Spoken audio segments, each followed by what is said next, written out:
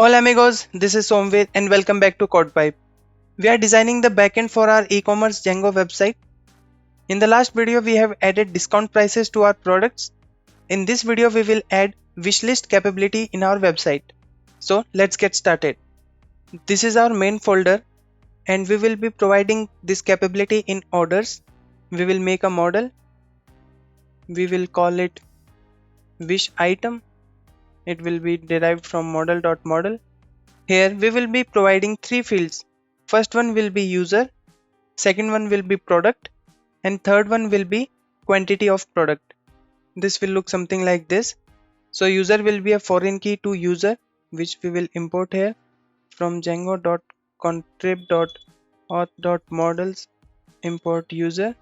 We are connecting this to user because each user will have a wish list in their account. After that we have a product which will be a foreign key from product variation. So let's import this also from product.models import product variation, and obviously there will be a quantity of product user wants to purchase. At the last we are defining a string method that will represent the name which will be shown on the admin panel. So this will look something like 1 of round neck t-shirt, 2 of round neck t-shirt, etc. Let's make our migrations and migrate them. Make migrations. Our model is created. Now let's migrate them. Manage.py migrate. Migrations applied. Let's put them in admin.py. Admin.site.register wish item. Let's import them from .models import everything. Let's check our admin panel. Here we can see we have our application order and we have wish items. So let's check. Let's add 2-3 items so that we can show something on our wish list for now. I will attach to admin for now. Let's give a product of black t-shirt L. Let's save this. And now we have 3 items in our wish list. Let's go to our views.py and provide them as a context. In orders views.py, this is our wishlist view. Here we will provide the context. Before that we will take out all the items that are related to this user. So I will use wish item dot objects dot filter, and I will be using user as a filter. That will be request dot user. Let's import the model here from dot models import everything as star. Let's provide these wish items in our context. Wish items, provide this context on the render. In our templates wishlist.html, we have this list where we are using a normal for loop. Here I will use wish items for item in wish items. First of all we have the image, so instead of this image I will use this line. If the product variation in this item has image 1, then we will show that image, otherwise we will show a demo image. So instead of this product name I will use this context that will be item, product variation, and the main product name. So the name we will be getting is the product name, not the product variation name. To get a better understanding what product we are getting in the wish item, I will change this category to show size and color. Now instead of this 100 that is manually written, we want to get the price of wish item. One more thing we need to keep in mind is we are providing a quantity field in our model, which means if we have 2 products, the price will change. So let's go to our models.py and add one method that will give us the item price. The method will look something like this. We are defining get item price taking self, and we are just returning self.quantity, which we will give here into self.product.discount price. Remember from the last video, we are providing discount price everywhere, and this product is an object of product variation which is connected on this foreign key. So the discount price of this product variation into the quantity will give us the final price. Now we will use this in our wishlist.html. This will look something like item.get item price without the parenthesis. Below this we have an option of quantity, but instead of giving the option to change quantity here, we will give the option of changing quantity in the cart page because of the ambiguity. So we will just put a paragraph tag here and we will say item.quantity. Below this we have the option to add to cart and delete, which we will see in a moment. But for now let's see how our wishlist is looking. Let's go to our browser. Let's go to our wishlist. Here it says name request is not defined, which is in views.py line 8. Let's check. This is our views.py, line 8 is here. We are using a class, so we will need to give self.request.user. This should work now. Let's refresh. Refreshing this. And here is our wish list. So we are getting the product name, size, color and the price. We are also getting the quantity. Now let's add the functionality of adding the item to wishlist from product page or category page, which means number 1, we will be adding product from this button here, or if we get inside this will be the product page and we want to add to wishlist from this button. For that we will be using forms at both of the places. Let's see for the product page first. So if we see the HTML of this product page, that will be in product, templates, product and product page.html. Just below the price we have the buttons to add to cart and add to wishlist. So on this form I will add one CSRF token. After this I will provide one input that will be hidden. Here I am trying to provide the ID of this product variation so that we can take it and in the backend we can add it to our model of wish item. I will give a name of product ID. Value will be context of product.id. Here we are using product, which is a product variation object. So if we use product.id, it will give us the ID. Let me take a moment to tell you that there are two ways of adding item to wishlist. One will be form like this and another one will be using one anchor tag and providing keyword arguments along with the URL. So both of them are okay and you can use them, but due to personal preference I am using this form because I think this is more secure because of this CSRF token.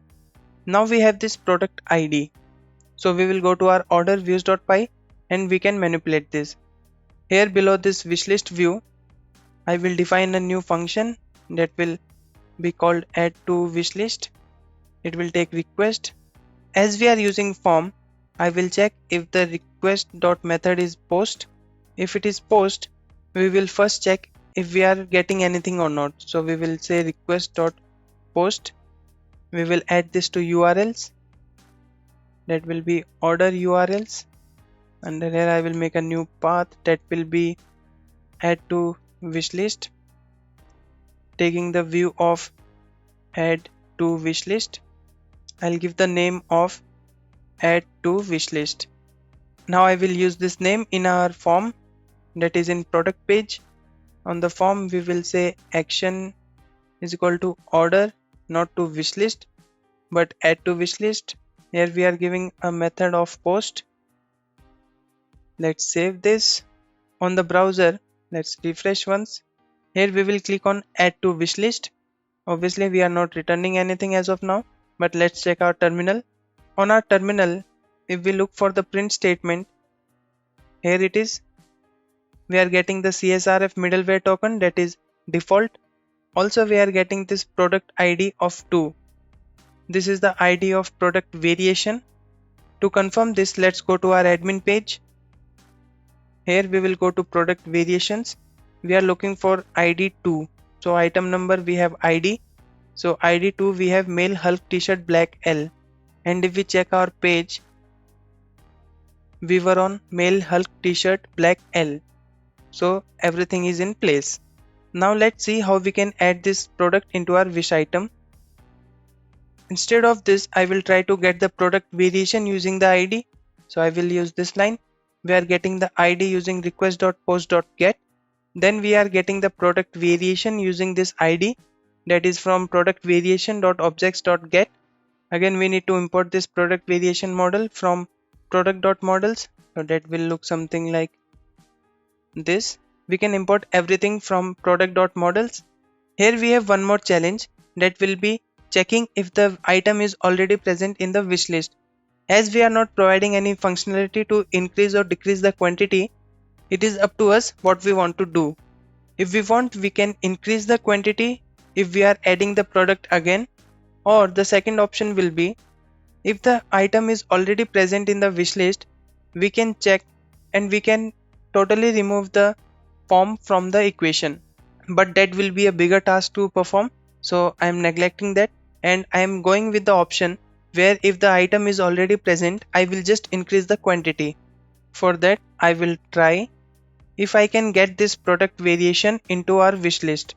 So I will say wish item is equal to wish item dot objects dot get user is equal to request dot user, and product is equal to product underscore where.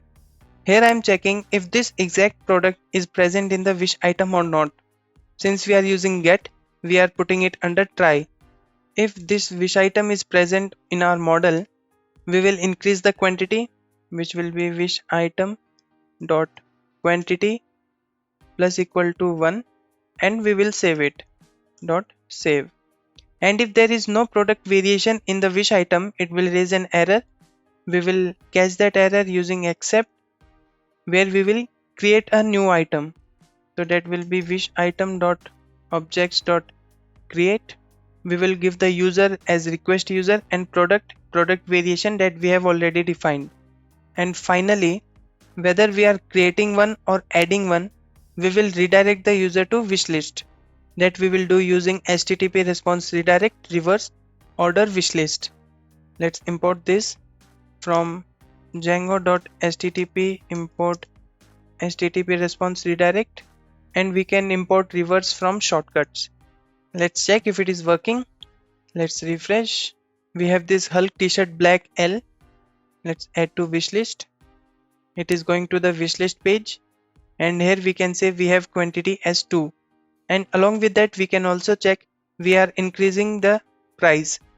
That is, our method of get item price is also working. Now let's try to add something new. Let's go to main. This time let's add black small. Add to wishlist. We are going to the wishlist page, and here we can see we already had the Hulk t-shirt small black, so we are increasing the quantity. Let's go to women section now. Open any of the product. Let's add to wishlist using this. Here we are getting this error unsupported operand. This is in get item prices. I think I know the reason. If we go to our admin page, if we check for the product which is jeans black 28, scroll down, we don't have any discount price. So let's save this once, check again. We have the discount price. Now it should be working. If we refresh, we have our wishlist working. If we scroll down, we have this slim jeans 28 black. We are getting quantity 2 because while handling the error we added it twice.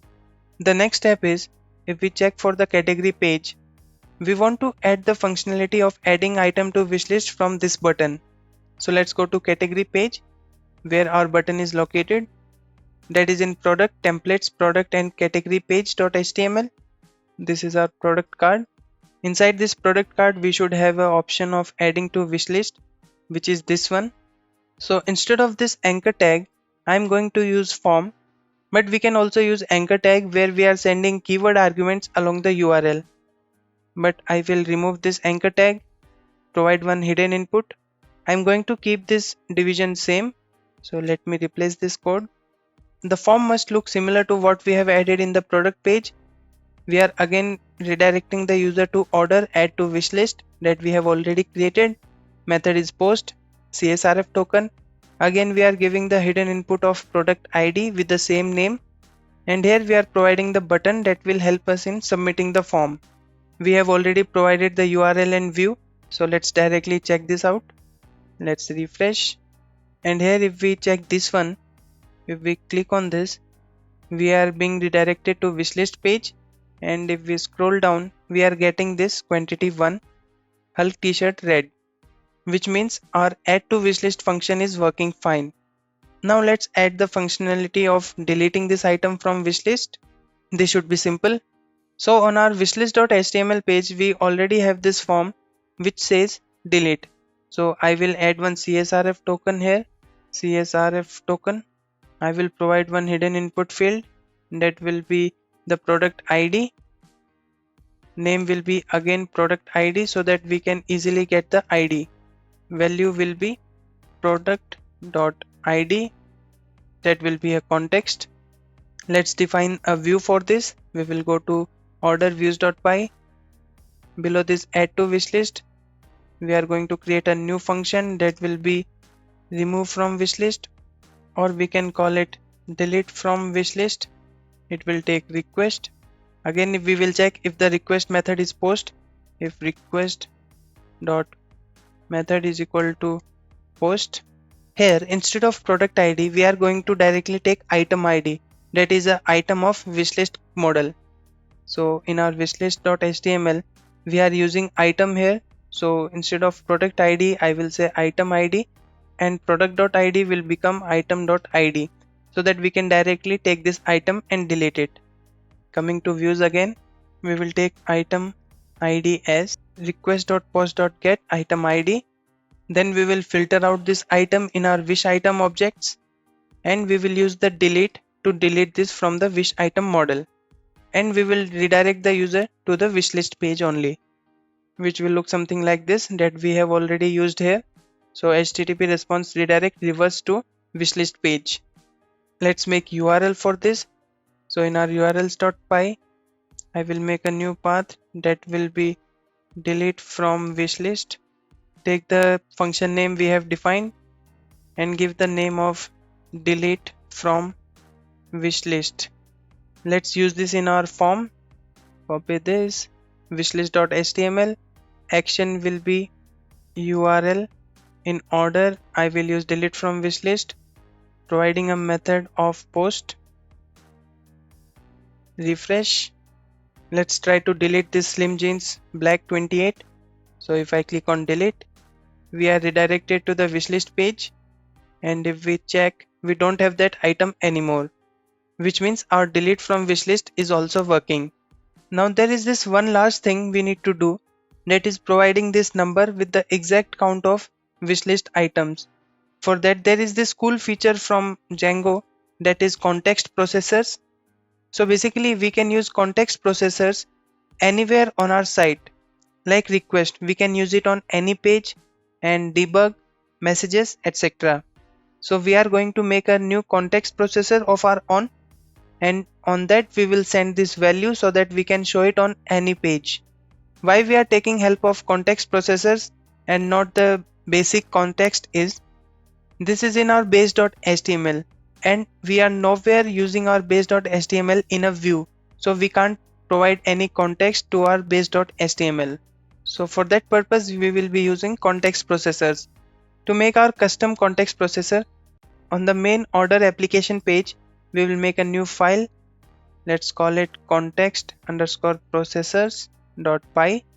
Here I will define a new function that will be called add variable to context. We can call it anything. It will take request. Here we will need to return a dictionary that will be added to all the context. So I will say return wish count, that will be from wish item model. So import model first. From order not models, import everything, and here I will say wish item dot objects dot filter. I'm going to use filter for user, that will be request dot user, and we are done with this function. Now the next step is, we need to go to settings, and under here in our templates list, in context processors, we will need to add this. So on the bottom I will add order dot context underscore processors dot the name of our function. This is our application, this is our file, and this is our function. So basically we can provide any context processor to our website. Now let's go to base.html and see if it is working. In main templates, base.html, here we have the division for wishlist. So instead of 1, I will say wish underscore count. Let's check our browser. Before refreshing, let's check. We have 1, 2, 3 and 4 items. It should display 4. So let's refresh. And here it is giving us a query set, which should not be the case. So let's check our context processor. Here we need to also give dot count so that it will count all the objects. Let's refresh our browser again. And here we can see we are getting 4. So we can provide any context processor anywhere on our website. But there is one more challenge here. If I sign out of this, it will give us this error. As long as we are signed in, it will give us the wish count correct. But once we sign out, it will give us this error. We are getting this error because in our context processor, we are using the filter of request.user, but anonymous user cannot be used here. So we will use this. If request.user.is authenticated, we will return this, else we will return some other value that will be 0. Now let's check our browser. If we refresh, we are still getting the error. So here we need to remove this parenthesis. Let's check again. Let's refresh. And we are getting the correct page. Also here we are getting the 0 count, which means if the user is not logged in, we will always show 0. So in this video we have seen how to add item to wishlist, how to delete item from wishlist, and we have seen how to use context processors using which we can send common data to our context that will be displayed or can be used on any page. I think this is a good point to conclude our video here. In the next video we will see how we can add items to cart, so stay tuned for that. If you are coming here for the first time, don't forget to hit the subscribe button, push the notification bell to not miss out any videos. If you like the video, give us thumbs up so that we can reach more viewers on YouTube. Let me know your thoughts in the comment section. We will meet very soon with a new video. Until then, this is Somveer taking your leave. Adios.